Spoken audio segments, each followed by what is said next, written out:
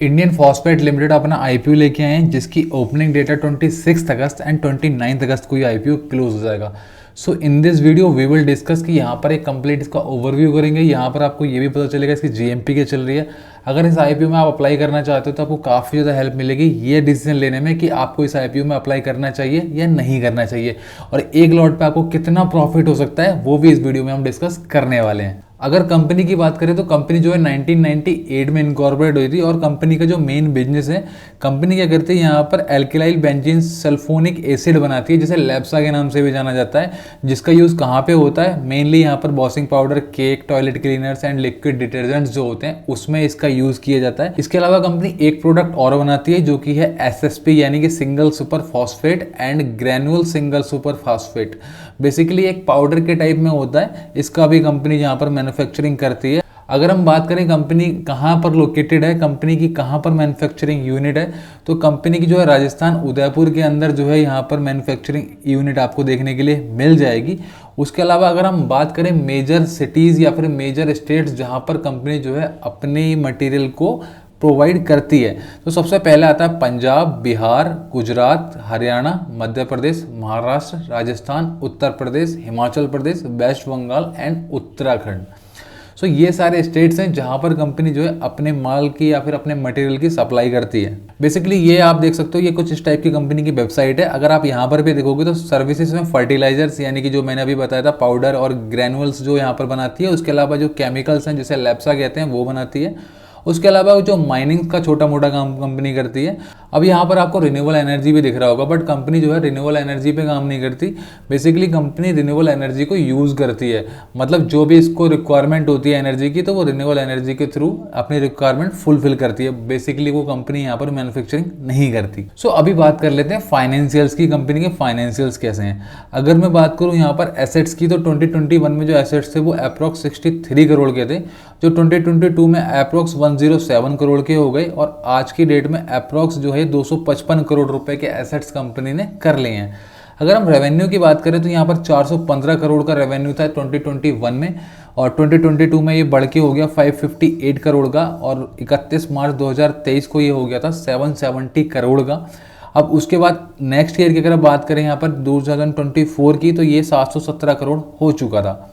अगर हम बात करें प्रॉफिट आफ्टर टैक्स, तो यहाँ पर जो कंपनी प्रॉफिट कर रही है 5 करोड़ का प्रॉफिट किया था 2021 में, उसके बाद 2022 में अप्रॉक्स 16 करोड़ का प्रॉफिट किया था, और 2023 में भी अप्रॉक्स 16 करोड़ का कंपनी ने प्रॉफिट किया था। लेकिन अगर आप देखोगे इसका प्रॉफिट 2024 में अप्रॉक्स 27% जो है गिर गया है, और यहाँ पर सिर्फ 12 करोड़ का प्रॉफिट रह गया है। सो ये एक नेगेटिव पॉइंट आप कह सकते हो, बट प्रॉफिट ऊपर नीचे चलता रहता है, बट आप कह सकते हो कि एक नेगेटिव पॉइंट तो है।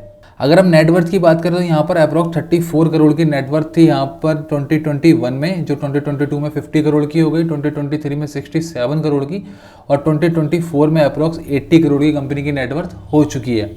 अगर आप रिजर्व एंड सरप्लस देखोगे तो 32 करोड़ के रिजर्व एंड सरप्लस थे हमारे 21 में, उसके बाद 48 करोड़ के हुए, फिर 64 करोड़ के हुए, और उसके अलावा आज यहाँ पर 62 करोड़ के यहाँ पर रिजर्व एंड सरप्लस कंपनी के पास हो चुके हैं। अगर हम बोरोइंग की बात करें तो यहाँ पर 4 करोड़ की बोरोइंग थी 2021 में, जो बढ़ के होगी 18 करोड़ रुपए की 2022 में।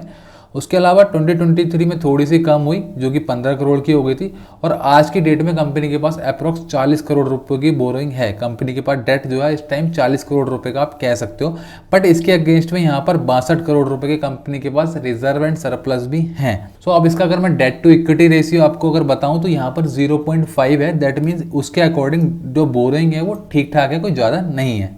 अब बात कर लेते हैं की परफॉर्मेंस इंडिकेटर की, तो यहाँ पर जो रिटर्न ऑन इक्विटी है 18.14 है, तो आप कह सकते हो अबव एवरेज ये है। उसके अलावा रिटर्न ऑन कैपिटल एम्प्लॉयड 20.93 है जो कि ठीक है, और रिटर्न ऑन नेटवर्थ यहाँ पर 16.63 है, ये भी ठीक है। प्रॉफिट टू बुक वैल्यू 2.23 है, और जो प्रॉफिट आफ्टर टैक्स मार्जिन है 1.91। आप देखो प्रॉफिट आफ्टर टैक्स मार्जिन जो वो बहुत कम है, 1.91% का यहाँ पर मार्जिन है। आप यहाँ पे भी देख सकते हो जो कंपनी जो है 717 करोड़ का रेवेन्यू कर रही है, उसमें सिर्फ 12 करोड़ का यहाँ पर कंपनी को प्रॉफिट हो रहा है। दैट मीन्स प्रॉफिट जो मार्जिन का है वो बहुत ज़्यादा कम है। अगर हम बात करें EPS की, तो EPS जो है 4.84 का है, जो कि ठीक ठाक है, ज़्यादा बढ़िया आप तो आप इसको नहीं कहोगे। बट अगर P की बात करोगे तो P जो है 20.44 है, ये ठीक ठाक है। सो ओवरऑल अगर आप फाइनेंशियल देखोगे तो फाइनेंशियल ठीक ठीक है, आप ये नहीं कह सकते कि बहुत अच्छे हैं या फिर बहुत खराब है।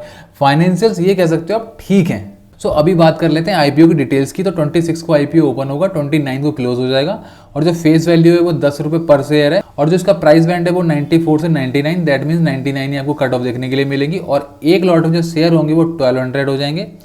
और जो टोटल जो इशू है वो हमारा है 67.36 करोड़ का, और जो कि सारा का सारा फ्रेश इशू है, जो कि एक अच्छी चीज़ है। और इसकी लिस्टिंग कहाँ पे होगी? लिस्टिंग हो जाएगी इसकी NSE SME पे, और इसकी जो अलॉटमेंट की डेट है वो है हमारी 30 अगस्त, और रिफंड आपको हो जाएगा 2 सितंबर को अगर आपको अलॉटमेंट नहीं मिलता है तो। और आपके डीमेट में शेयर भी 2 सितंबर को ही आ जाएंगे, और जो लिस्टिंग है वो आपको 3 सितंबर को देखने के लिए मिल जाएगी। सो अगर हम लॉट साइज की बात करें तो if you are in retail category then you can apply minimum and maximum 1 lot, जिसके लिए आपको देने पड़ेंगे 1,18,800 रुपये। अगर आप HNI की बात करोगे तो HNI में आप मिनिमम 2 लॉट अप्लाई कर सकते हो, जिसके लिए आपको पे करना पड़ेगा 2,37,600 रुपीज़। अगर IPO के ऑब्जेक्टिव की बात करें तो कंपनी कह रही है कि कंपनी जो है एक नया प्लांट लगाना चाहती है, जिसके लिए कंपनी यहाँ पर फंड जुटा रही है। सो बेसिकली कंपनी जो है तमिलनाडु में एक अपना प्लांट लगाना चाहती है, जिसके लिए वो कंपनी फंड जुटा रही है। उसके अलावा यहाँ पर जो वर्किंग कैपिटल रिक्वायरमेंट और जनरल कॉर्पोरेट पर्पस है, उसके लिए यहाँ पर कंपनी IPO लेके आ रही है। सो आप कह सकते हो मोटिव जो है कंपनी का अपने आप को एक्सपैंड करना है। सो अभी बात कर लेते हैं GMP की। आखिर GMP क्या चल रही है? अगर GMP की बात करें तो करंट डेट की GMP, उससे पहले मैं आपको बताता हूँ, मैंने एक टेलीग्राम चैनल बनाया हुआ है जहाँ पर आपको लेटेस्ट अपडेट मिलती हैं कि यहाँ पर क्या GMP चल रही है, कौन सा IPO आने वाला है। तो आप चाहो तो टेलीग्राम चैनल को ज्वाइन कर सकते हो, लिंक आपको डिस्क्रिप्शन में मिल जाएगा। सो जिसकी GMP स्टार्ट हुई थी वो हमारी हुई थी 50 रुपये से, और 50% के आसपास से, और आज की डेट में अप्रॉक्स 110 रुपये पे GMP आ चुकी है, जो कि हो जाता है 111% का। यानी कि 1,18,000 रुपये आप इन्वेस्ट करोगे तो आपको अप्रोक्स यहाँ पर 1,25,000 रुपये तक का प्रॉफिट हो सकता है। But it is not giving the surety, because GMP के बेसिस पे आप एक अनुमान एक यहाँ पर एक्सपेक्ट कर सकते हो कि इतनी यहाँ पर लिस्टिंग हो जाएगी, but it is not giving the surety कि इतना यहाँ पर प्रॉफिट आपको हो सकता है। सो ओवरऑल GMP इसकी ज़बरदस्त चल रही है, तो लिस्टिंग इसकी ठीक ठाक हो सकती है। और जो हमारा क्राइटेरिया होता है 50 to 60% किसी भी IPO में अप्लाई करने के लिए, SME IPO की बात कर रहा हूँ, तो उसको तो ये फुलफिल कर रही है। And I am not the expert, so मैं आपको यहाँ पर जो ओवरव्यू दे रहा हूँ उसकी आप हेल्प ले सकते हो, बट क्योंकि फाइनेंशियल डिसीजन है ये आपका खुद का होना चाहिए, और यहाँ पर आपको अपनी एनालिसिस खुद भी करनी चाहिए, उसके बाद ही इस IPO में अप्लाई करना चाहिए या फिर नहीं करना चाहिए।